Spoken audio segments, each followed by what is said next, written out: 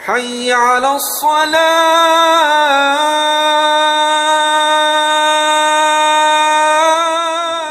Ada lagi yang berpendapat kambing yang lebih afdal. Kenapa? Karena Nabi berkorban dengan kambing. Tidak ada riwayat Nabi berkorban dengan unta. Tapi lagi-lagi itu perbuatan Nabi. Ada lagi yang mengatakan yang paling afdal adalah unta. Setelah itu sapi dan seterusnya, kambing dan seterusnya dan seterusnya. Dari mana? Dari hadis Nabi SAW, yang mana Nabi menyatakan orang yang datang ke masjid di hari Jumat, yang datang pertama seperti kurban unta, yang datang berikutnya seperti kurban sapi, yang datang berikutnya seperti kurban kambing, yang datang berikutnya seperti kurban ayam. Nah, berarti ayam boleh. Nanti dulu. Ya. Yang datang berikutnya seperti kurban burung. Ada riwayat burung dulu. Ya, burung, baru setelah itu telur. Nah, kurban telur. Gimana mau nyembelih telur? Nah, maka ini adalah perbandingan saja. Nah, hewannya yang ini. Terus boleh nggak nyembelih ayam? Nah, ya ini pernah Anda sampaikan beberapa tahun yang lalu ya. Nah, kalau yang masih ingat waktu kita diusir dari masjid tuh, bulan inilah, ya, bulan Dzulqa'dah inilah kita diusir dari masjid tempoh hari itu. Ya, baru mau main hadroh kita diusir dari masjid, alhamdulillah. Ya, nah, maghribnya itu kita bahas soal ini, soal kurban, detail. Anda sampaikan untuk pengetahuan saja. Bahwasanya diriwayatkan Ibnu Abbas ya, itu pernah berkurban dengan ayam. Nah, Ibnu Abbas ini kan sahabat, Abdullah bin Abbas ini sahabat Nabi. Maka Nabi menyatakan ya bahwa sahabatku itu kan nujum. Inna ashabi kan nujum. Bahwa sahabat-sahabatku itu seperti bintang di langit. Ainama iktadaitum ihtadaitum ya. Kepada yang mana saja kalian berpegang, maka kalian akan mendapatkan petunjuk ya. Kama qala Nabi sallallahu alaihi wasallam. Nah, jadi Ibnu Abbas nih waktu itu tidak ada fulus. Ada ayam, beli ayam. Karena ngikutin hadis ini tadi. Tapi ada diriwayatkan ya, oleh Al-Imam Al-Baihaqi ketika datang daripada ya, hari raya Idul Kurban ini, maka Ibnu Abbas memberikan uang 2 dirham kepada pembantunya untuk dibelikan daging di pasar. Dan diperintahkan oleh Ibnu Abbas untuk bagi-bagikan dan katakan ini kurban Ibnu Abbas. Nah, itu ya. Tapi kalau kita lihat dari pendapat yang ada ini, apakah itu kurban? Tentu itu bukan kurban. Tapi apa boleh dilakukan? Boleh. Ada sahabat yang melakukan, silakan. Tapi jangan dibilang anak hari ini kurban ayam. Tadi malam habis belajar sama Habib, tetapi boleh kurban ayam. Nah, ini gawat kalau begitu tuh. Ya, akhirnya terjadi kehebohan nanti. Ya. Boleh ente lakukan untuk diri ente sendiri. Ya, supaya ente sudah paham nih. Fulus nggak ada. Ya, udahlah, nyembelih ayam aja lah. Udah bagi itu tetangga semua. Ya sudah, niatkan untuk tadi numpahkan darahnya itu sudah. Ngamalkan hadis Nabi tadi. Tidak ada ibadah yang lebih afdal di hari ini melainkan iraqatid dam, menumpahkan sudah sembelih ayam.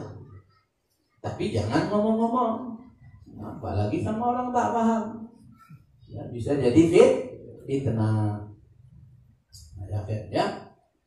Sama halnya ya, orang awam nih sama halnya seperti tadi ya. Mungkin kita kalau ngaji Fathul Mu'in kita mungkin masih ingat ketika ada orang membawa kambing. Orang bawa kambing, terus ditanya, ini kambing buat apa? Nah, terus dibilang di situ buat kurban, kurban. Maka dikatakan berubah kambing itu menjadi kambing nadar. Maka orang yang berkurban itu tidak boleh menikmati dagingnya, bukan dia saja, istrinya dan anak-anaknya, bahkan orang tuanya tak boleh ngambil bagian dari daging yang ini. Itu salah satu pendapat. Tapi ada pendapat yang lain, ya, bahwa yang seperti ini susah untuk dipahami oleh orang awam. Ya.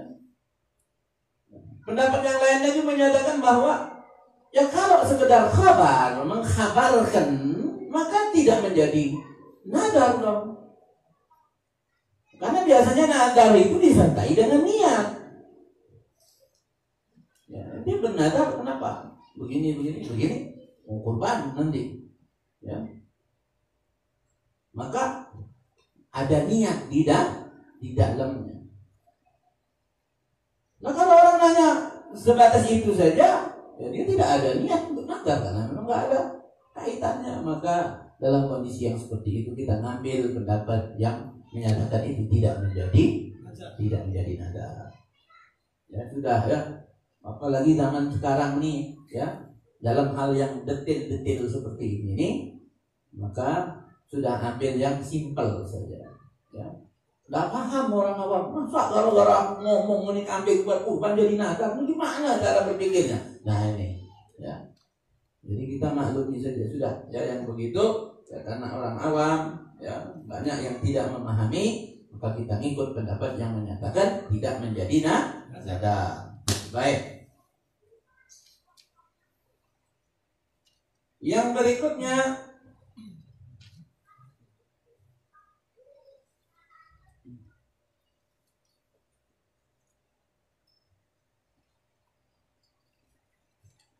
nah tadi bahwa kambing itu untuk satu orang. Ya. Jadi kalau ada yang berpendapat kambing untuk satu keluarga, maka ini pendapatnya salah. Ya, pendapatnya salah. Kambing untuk satu orang. Adapun dalil di mana Nabi SAW lagi-lagi setelah berkurban Nabi mengucapkan Allahumma hadza min Muhammad wa ali Muhammad, maka itu Nabi menserikatkan keluarganya di dalam pahala. Bukan Nabi itu nyembelih satu kambing untuk satu keluarga. Ya, dalam pahalanya. Nah ini perlu dicatat. Ya. Satu kambing untuk satu orang, tapi mensyarikatkan pahalanya untuk satu keluarga boleh. Ya, boleh. Bahkan kalaupun tidak diucapkan, maka keluarganya yang mendukung dia untuk berkurban dapat pahala semua. Nah, maka dari itu, ya panitia kurban itu banyak dapat pahala.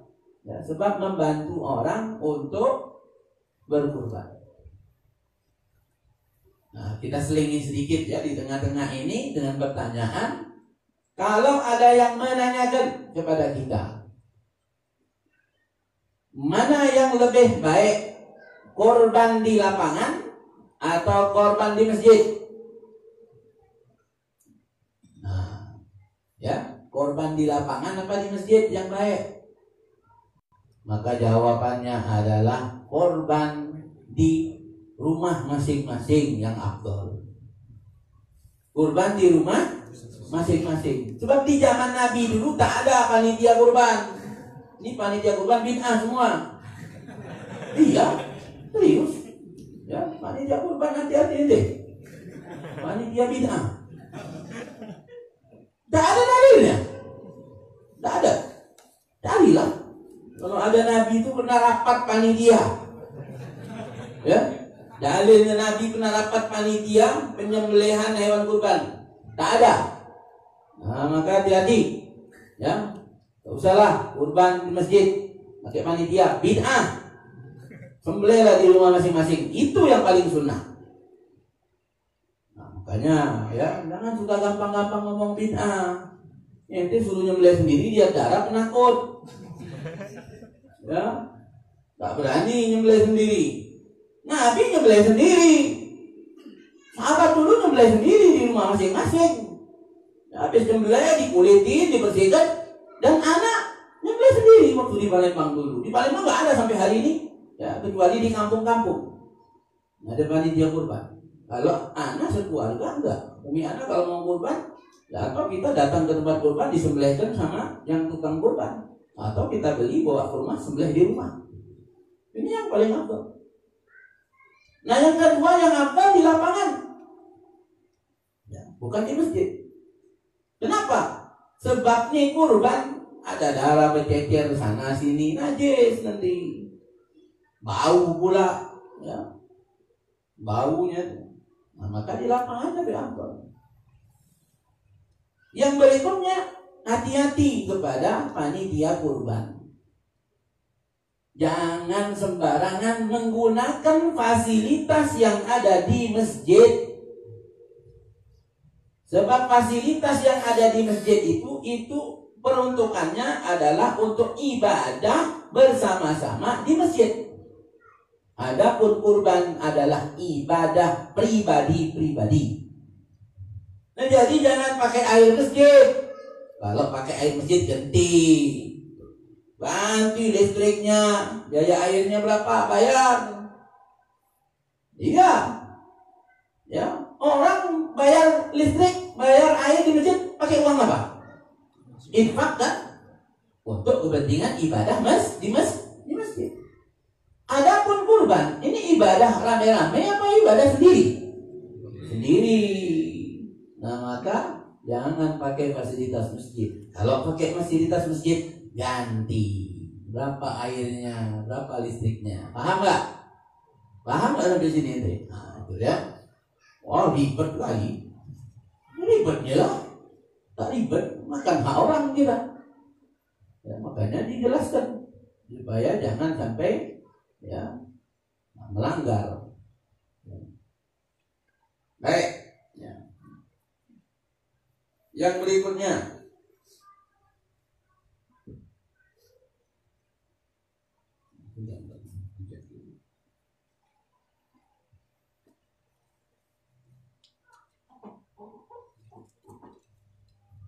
baik, ya. Yang berikutnya adalah wa'lam annahu la farqa fil ajza'i bainal untha wad dzakar. Nah, ini, ya. Tidak ada bedanya kurban itu mau pakai yang jantan apa yang betina. Ini paham mesti. Kita jangan kalah pintar sama tukang pedagang kambing. Pedagang kambing ini kalau sudah mau kurban ini naik harga. Tapi yang kambing betina tetap. Kambing jantan, serangi. Ya, hitungan hari naik. Di sini disebutkan, nah jangan ragu. Makanya anak bikin flyer itu ada kambing betina kurbannya itu kan. Mungkin ada yang merasa aneh. Jangan Habib ini bikin hukum sendiri. Enggak, ya. Enggak, itu baca di kitab fikih itu, ya, dijelaskan. Tak ada beda. Mau jantan, mau betina sama. Nah, hanya tadi nanti dibahas di sini nih, ya.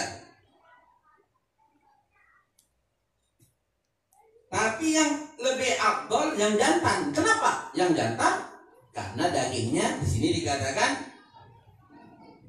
atyabul aman, lebih enak dagingnya menurut pendapat ini. Tapi di sini dilanjutkan wa naqlu an Syafi'i, dan telah dinukil wa naqala an Syafi'i. Telah dinukil dari Imam Syafi'i. Apa kata Imam Syafi'i? Bahwa yang betina lebih aku sukai. Galal untha ahabbu minat dzakar. Yang betina lebih aku sukai daripada yang jantan. Kenapa? Wa huwa ma'mulun ala juz'is saidi. Karena dikiaskan kepada hewan buruan di zaman itu di sana itu kalau yang betina mahal. Nah kita kan nggak terbalik. Nah, memang tadi ada pendapat yang mahal yang lebih afdal. Ya, yang mahal yang lebih afdal. Tapi kalau tadi ngomong yang afdal yang paling banyak dagingnya. Nah sekarang begini, sama-sama 2,5 juta. Kambing jantan 2,5 juta berat 30 kilo. Kambing betina 2,5 juta berat 60 kilo. Mana lebih banyak dagingnya? 60 kilo. Nah, ya khair. Jadi jangan ragu-ragu lagi yang mau kurban. Ya, enggak usah malu-malu. Tulis dari situ mau yang jantan atau yang betina, di sini sudah dikatakan sama. Enggak usah takut, enggak usah malu. Oh, malu milih yang 2 juta, kenapa enggak? Enggak apa-apa. Yang 2 juta itu yang betina. Dan itu beratnya biasanya lebih berat daripada yang jantan. Kita cari. Dan yang lebih afdal lagi adalah yang belum bunting, masih perawan. Itu yang mantap. Memang kambing ada yang perawan disuruh dari. Bukan yang janda.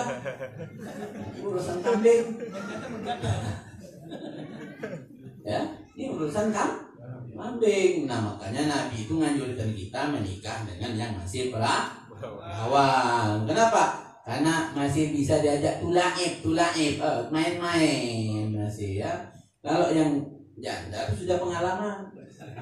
Ya, paham nggak maksudnya? Ya, nah ini cuma menghubungkan antara kambing saja. Ya, nggak ada ini yang lain-lain. Ya, masalahnya soal kambing saja begitu. Ya, li'annaha aktsarul qimah, aktsarul qimah.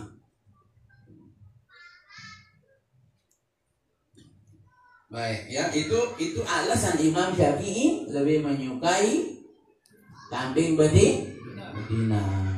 Ya, baik, ya itu.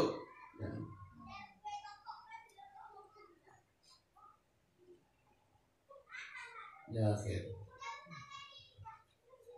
Baik, ya itu diantara hal-hal yang perlu kita ketahui. Kemudian ya hewan yang boleh dikorbankan itu adalah hewan-hewan yang tidak cacat. Ya, tidak cacat. Apakah boleh berkorban dengan hewan yang hamil? Boleh. Ya, walaupun ada yang mengatakan tidak boleh, tapi yang mu'tamad boleh. Yang mengatakan tidak boleh itu alasannya sebab hewan hamil itu kurus kata dia. Tapi yang mengatakan boleh, lihat dulu, tidak seluruh hewan hamil itu kurus. Biasanya hewan hamil itu ada yang gemuk. Kalaupun kurus, maka daging janinnya dapat menutupi daripada kekurusannya. Nah, itu pendapat ya, pendapat itu perbincangan. Jadi sini menunjukkan bahwa daging janin itu boleh dimakan. Kalau kita sembelih induknya, kemudian kita dapatin janinnya meninggal, maka halal. Kalau kita sembelih induknya, kemudian waktu kita bersihkan kita dapat janinnya masih hidup, sembelih lagi. Nah, cuman kan memang geli makan daging janin itu ya, masih merah-merah tuh kan. Tapi kabarnya itu kuat. Ya, diam-diam aja. Ya, diam-diam aja. Tapi anak walaupun sudah 6 bukan karena makan itu, bukan karena itu. Ya, tapi kalau mau nyoba apa salahnya? Ya, tapi ada orang yang nggak kuat dia makan daging janin ini mencret karena panas, ya panas. Maka nggak bisa dimakan. Ya, kalau yang nggak kuat, nggak cocok sama dia punya perut. Ya, ya, ya. Hewan yang boleh dikorbankan tidak boleh cacat. Ya. Apapun nggak boleh cacat. Kecuali cacat yang tidak begitu kentara. Kupingnya ada sompel sedikit, tapi kalau dilihat dari jauh itu nggak kelihatan, maka boleh. Tapi kalau sompelnya separuh, agak boleh. Ya tanah kuping hilang separuh, nggak boleh. Ya, kuping ini berarti boleh dimakan. Nah, itu ya, makanya kalau dia tadi tidak ada kuping itu tak sah. Berkurang dia punya daging. Matanya tak boleh hilang satu, mata kambing. Di sini dijelaskan, Anda tak bacakan aja ya. Kalau dibacakan bisa 2-3 kali pertemuan majelis ini ya, maka Anda singkatkan saja. Mata kambing ini enak dimakan. Nah, di sini disebutkan di kitab nih. Makanya Anda suka ngajak ini makan mata kambing. Ente geli-geli makan mata kambing. Ya, macam bakso. Itu mata kambing itu. Makanya mata kambing itu kalau kambing itu tak bermata tak sah kurban. Ya. Nah, kemudian kalau yang merusak itu cuma tanduknya tapi tidak terkena pada dagingnya, intinya adalah tidak mengurangi daging, maka yang seperti itu masih tetap diperbolehkan untuk digunakan sebagai hewan kurban. Baik, yaitu diantara hal-hal yang berkaitan dengan kurban. Yang berikutnya, banyak yang mempertanyakan tentang apakah kulitnya boleh dijual. Ya, kemudian berapa batasan paling sedikit daripada pembagian daging kurban? Nah, ini penting. Ya. Paling sedikit pembagian daging kurban itu adalah batasan di mana daging itu ada harganya. Nah, jangan pula segini ya, tai gigi aja tak cukup. Ini dibaginya. Tai gigi tak cukup. Minimal berapa? Minimal daging itu kalau di pasar 1 on. 1 on itu ada harganya nanti. Jadi pasar itu se-ons itu minimal 1 ons. Nah, ini mungkin baru kita dapatnya ya.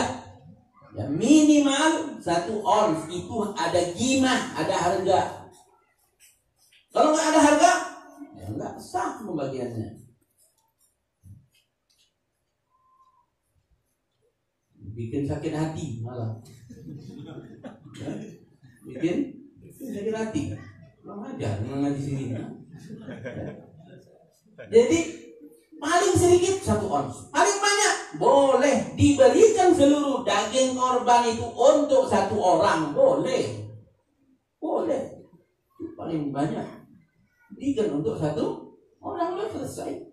Jadi tidak mesti juga dibagi-bagi setengah on 1 kilo masing-masing, nggak mesti.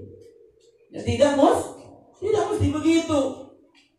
Jadi paling sedikit tadi 1, paling banyak semuanya boleh diberikan untuk 1 orang. Ya, artinya orang ini ya setelah dia menyembelih sebetulnya aturan yang disunahkan itu adalah dibagi 3. Ya, dibagi 3. Kalau beratnya 10 kilo, maka bagi 3. Katakan 3 kilo, 3 kilo. 3 kilo untuk dia nikmati, untuk ngambil berkah. Kalau dia nggak mau 3 kilo, nah 1 kilo aja lah, Beb, ini sisanya sedekahkan aja ke yang lain. Bagus. Tapi tetaplah ambil untuk ngambil keberkahan. Ya bagus, ngambil 1 kilo aja. Kemudian 1/3 dibagikan untuk kerabatnya atau teman-temannya yang tajir. Ya, boleh. Hadiah. Ya. Kemudian 1/3 lagi untuk fuqara wal masakin. Ya, ini litamlik. Tamlik kepemilikan. Kalau tuani tadi hadiah. Nah, jadi kalau yang 2 kelompok ini dirinya dan orang-orang kaya, kalau dia dapat bagian, maka tidak boleh dia jual. Yang boleh dia nikmati atau dia berikan untuk orang lain. Itu boleh. Nah, tapi kalau dijual tak boleh. Berdosa menjualnya. Adapun fuqara wal masakin, maka mereka kalau sudah diberikan daging itu untuk mereka, mau mereka apakan saja boleh. Ya, itu namanya tamlik tadi, kepemilikan. Makan, mau dijual, mau diapakan terserah dia. Ya, itu sudah punya dia. Boleh dia mau jual, ya. Nah sekarang boleh nggak kurban pakai duit? Kan repot. Nah belum lagi ada yang kena tendang sapi, belum lagi sapinya berlari, uber-uberan lari sapi. Jadi boleh nggak kurban ganti pakai duit? Boleh nggak? Sepakat dulu. Boleh apa enggak? Nggak boleh. Nah makanya jangan suka dikit-dikit pakai duit, dikit-dikit pakai duit. Ya, memang di tempat kita nih bil fulus kullu syai'in itu mulus memang. Ya. Yang hitam jadi putih, ya. Yang keriput jadi mulus, bil fulus semua itu. Ya. Tapi jangan pula kurban nih mau diganti pakai duit. Nah, makanya ya zakat fitrah tak usahlah diganti pakai duit. Berfitrahlah pakai beras. Selama masih ada orang yang mau makan beras. Nggak tahu kalau sudah berubah jadi makan duit semua, pakailah duit. Ya. Nah kalau pun mau pakai duit ikutin aturan. Ya jangan sampai zakat fitrah kita itu tidak sah menurut Imam Syafi'i dan tidak sah menurut mazhab Imam Abu Hanifah yang membolehkan pakai duit. Ya. Nah ini hati-hati. Makanya kemarin anak waktu sampaikan ini, kalau begitu Beb, zakat fitrah saya kemarin kurang. Kenapa?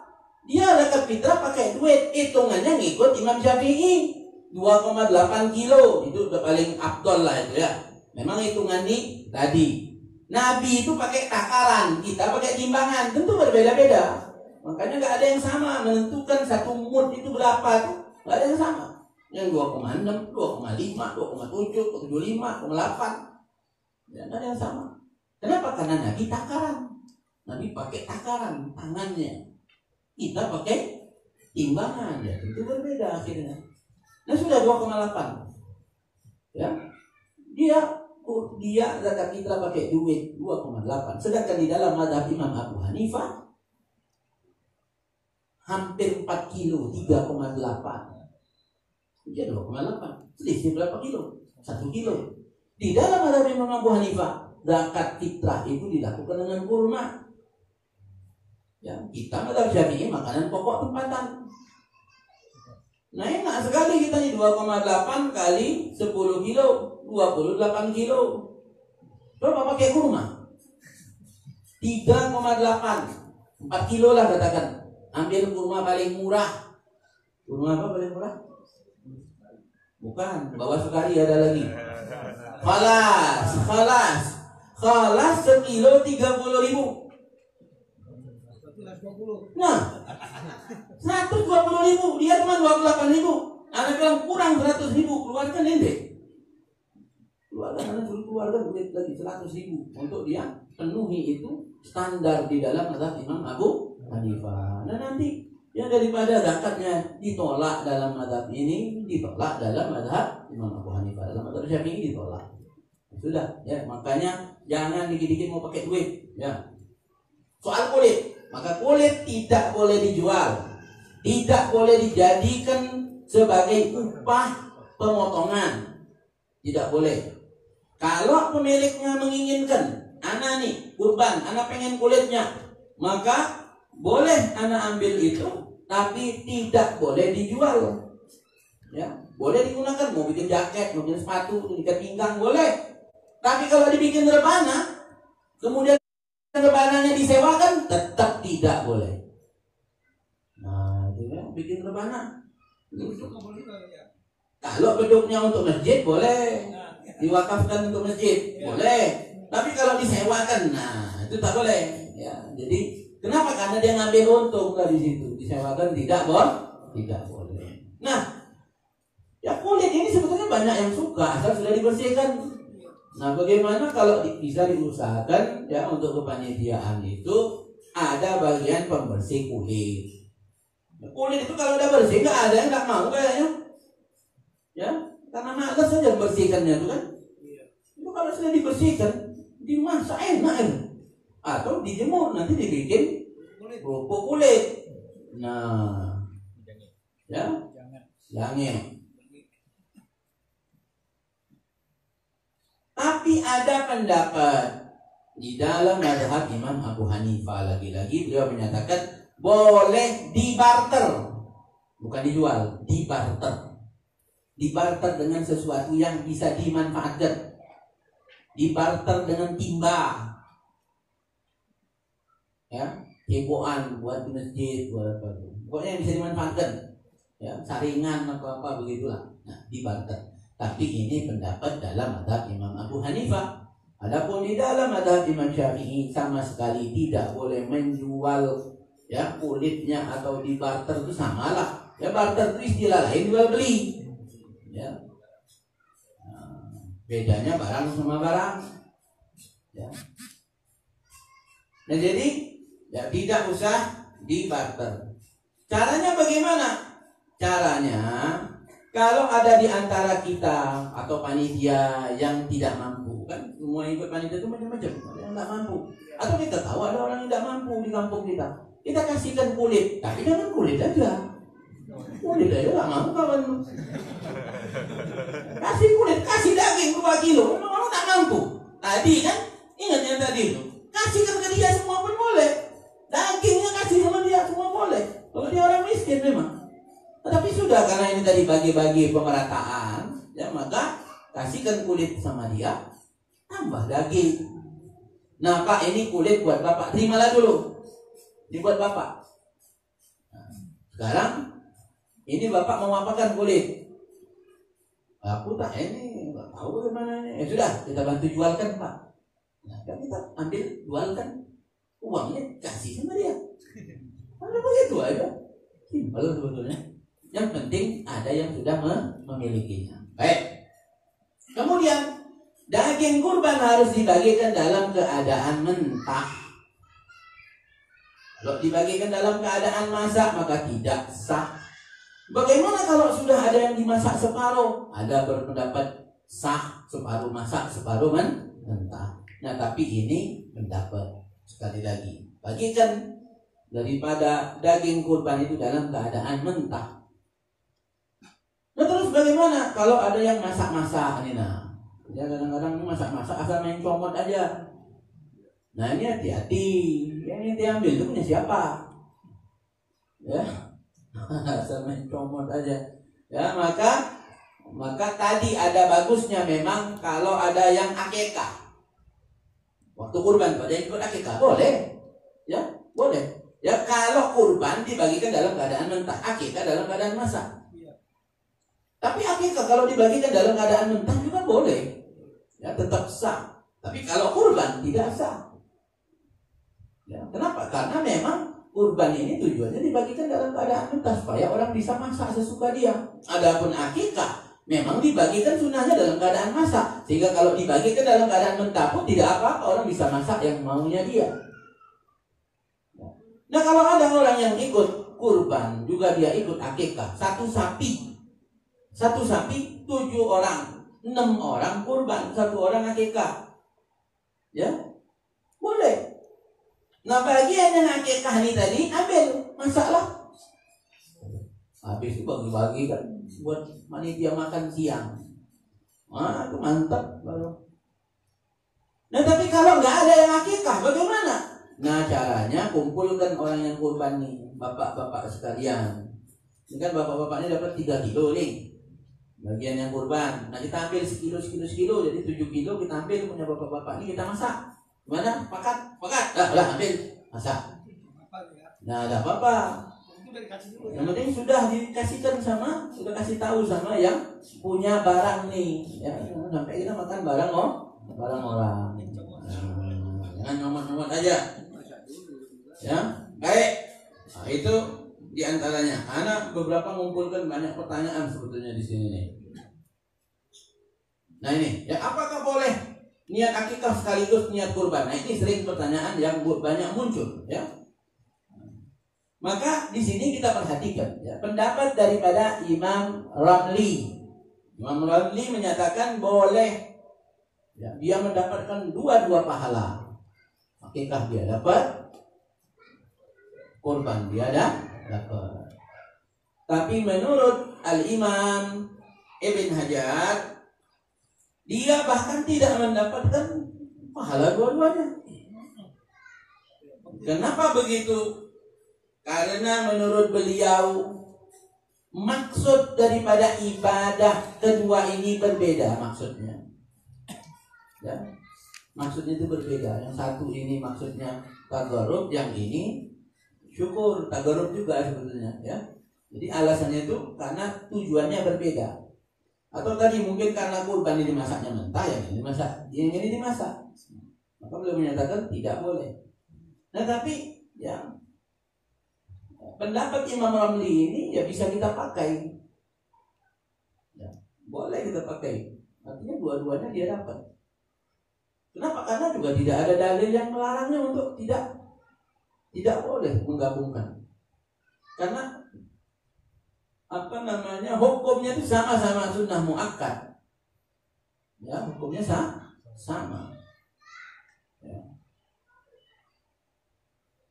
Nah, tapi kalau ada orang bertanya pada kita, ya maka kita lihat kalau yang nanya nih orang miskin, ya, ngumpulkan kambing itu satu berpuluh-puluh tahun, maka dia tanya, boleh nggak? Aku nih belum akikah, mau juga kurban. Udah boleh.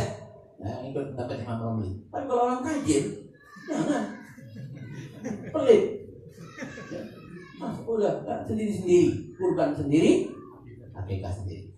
Tapi ma'asyiral hadirin, ya, ini catatan penting nih buat kita.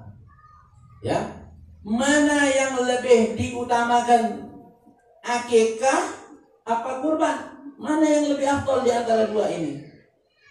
Kalau umur kita ini sudah model begini, lah di kota sudah balik, mana yang lebih afdal? Maka kurban lebih utama, lebih afdal. Ya, akikah itu sunnah bagi orang tua. Tapi di dalam mazhab kita tetap memperbolehkan untuk kita itu mengakikahi diri kita sendiri. Tetap mendapatkan kesunahan itu, iya. Nah, tapi kalau ditanyakan mana yang lebih afdal, maka kurban lebih afdal. Sudahlah, ya. Karena tadi di akikah itu ada sunnah-sunnah di dalam akikah. Jadi antara sunnah akikah itu, ya, ada hikmah di balik akikah. Akikah itu dimasak, itu dagingnya dibagikan dalam keadaan masak. Dan dimasaknya itu dengan masakan yang manis. Wan.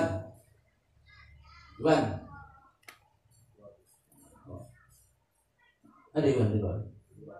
Keluar sudah. Oh, ya. Bentar ya.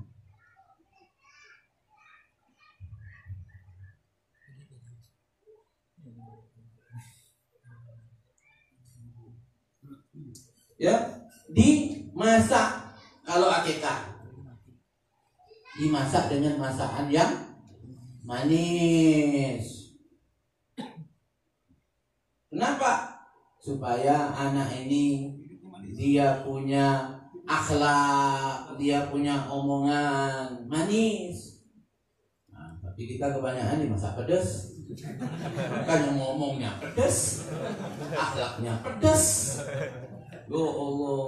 Ya, harusnya itu dimasak sop, dimasak. Kalau di Palembang itu namanya, itu pernah makan kan pongseng itu pakai gula merah dimasak, kasih madu, itu mantap. Jadi ingat makan ini. Ya. Nah, semur, ya, yang manis. Ini dimasak pedas, ya, pakai santan pula. Pulang dari situ stroke bukan karena kambing. Ya, kambing tidak bikin stroke. Stroke itu karena santannya, kolesterol. Kambing itu paling rendah kolesterolnya. Ya. Tapi tempe juga bisa bikin stroke berdasarkan penelitian. Ya kan? Sudah pernah Anda sampaikan ya? Tempe itu bisa bikin stroke. Ya. Suaminya tiap hari ngasih belanja 50.000. Tapi tiap hari dia masak tempe. Hari ini tempe goreng, besok tempe otak-atik, lusa tempe macam. Suaminya bilang, macam tak ada yang lain lagi, tiap hari tempe. Nah, naik dia, stroke akhirnya, naik darah. Jadi yang bikin stroke tuh bukan soal kambing, tempe juga bisa. Baik, ya apa boleh kambing atau kurban itu untuk madrasah, untuk sekolah, untuk masjid? Maka tidak boleh. Ya, tidak boleh. Ya, kurban itu untuk fakir miskin. Kemudian bagaimana kalau ada pabrik? Nah, pabrik ngasih kambing. Nah, dilihat dulu pabriknya ini punya siapa. Kalau dia punya perorangan, maka hewan itu disembelih atas nama orang yang punya pabrik. Tapi kalau pabrik ini punya orang banyak, ya maka tetap harus disembelih, tapi hukumnya jadi sedekah. Ya, jadi sedekah. Kecuali kalau pihak pabrik mengamanahi, terserah Pak, ini korban dari pabrik, kambing ini sapi dari pabrik. Terserah Bapak, aturlah siapa yang mau dimasukkan nama-namanya. Nah, itu boleh. Ya, simpulan, nah ikut di situ namanya korban. Tapi kalau nggak dipesenin begitu, ya dia cuma bilang ini sapi kurban dari pabrik, amanatnya begitu untuk disembelih di Idul Adha. Maka ini bukan korban, pabrik mana bisa korban? Apa pabrik tabarruk bilallah? Nggak bisa pabrik tabarruk. Nah, ini ibadah perseorangan, maka menjadi sedekah dia biasa. Nah, itu ya. Baik, kemudian apa boleh ya, kurban ini dibagikan juga kepada orang yang non muslim. Dia ikut bantu misalnya katakan di situ, atau dia ya kita ini maklum lah ya, banyak toleransi kan ya, jadi kita bertoleransi sehingga memberikan daging itu kepada orang non muslim. Maka di sini dirinci ya, kalau kurbannya kurban wajib, maka mayoritas ulama tidak memperbolehkan. Kurban wajib itu tadi ya, nazar. Ya.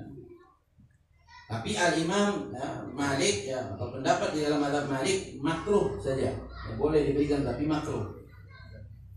Kalau kurban sunnah, menurut Imam Malik, Hambali, Hanafi, dan Imam Nawawi boleh. Tapi menurut mazhab ulama mazhab Syafi'iyah mayoritas mengatakan tetap tidak boleh diberikan kepada orang kafir. Kalaupun mau diberikan, maka diberikan yang sudah dimasak. Itu caranya. Berikan yang sudah dimasak. Atau belikan di pasar, kasihkan ke orang kafir tersebut. Itu caranya. Sudahlah ya, kalau khilaf-khilaf begini ini sudah, karena memang ini peruntukannya untuk umat Islam ya, untuk umat Islam ya. Tapi tadi ya, orang sekarang ini memang maunya cari yang mudah, semua mau dimudahkan sudah ya. Nah tapi kita usahalah ya, untuk kita ini ya berusaha sedapat mungkin jangan sampai ini kita berada di antara khilaf ya, dibagikan kepada orang muslim saja. Namun tadi banyak juga yang membolehkan ya. Di sini dikatakan Imam Hasan Al-Basri dan juga ya, para ulama yang lain ada yang memperbolehkan. Ya. Nah, ini ya tadi Anda katakan, tapi jika dagingnya sudah dimasak maka tidak menjadi satu permasalahan. Terus boleh nggak orang kafir ikut bantu-bantu? Boleh, ya. Tapi kalau nyembelih nggak usah, kita aja. Bantu-bantu boleh lah, motong-motong apa semua boleh.